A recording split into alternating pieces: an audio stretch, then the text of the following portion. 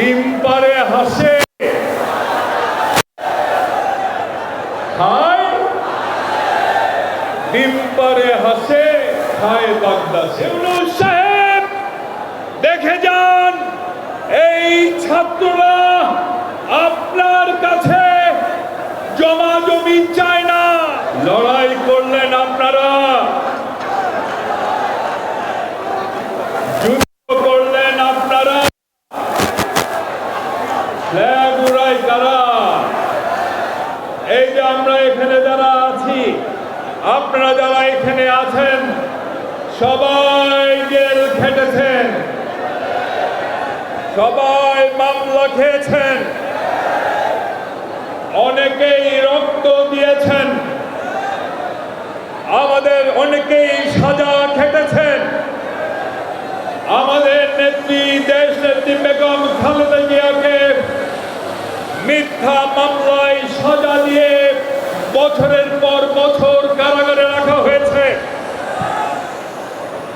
আমাদের নেতা জনাব ভারপ্রাপ্ত চেয়ারম্যান জননেতা জনাব তারেক রহমানকে মিথ্যা মামলায় সাজা দেওয়া হয়েছে। ওনার স্ত্রী যিনি রাজনীতি করেন না, তাকে পর্যন্ত সাজা দেওয়া হয়েছে। আমরা ভাইরা আমার, আমরা রক্ত দিয়েছি, আমরা জীবন দিয়েছি, আমরা গুম হয়েছি। ভাইরা আমার, বোনেরা আমার, আমরা কেন সব করেছি? আমরা জানতাম না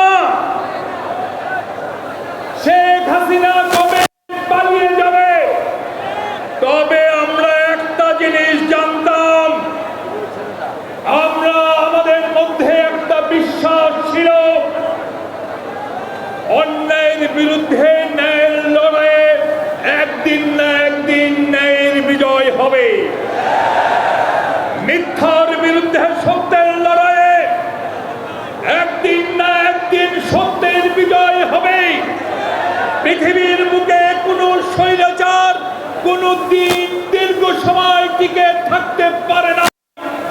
একদিন না একদিন শেখ হাসিনাকে বিদায় দিতেই হবে, এই বিশ্বাস আমাদের মধ্যে ছিল। সেই বিশ্বাসের জয় হয়েছে, হাসিনা পালিয়ে গেছে।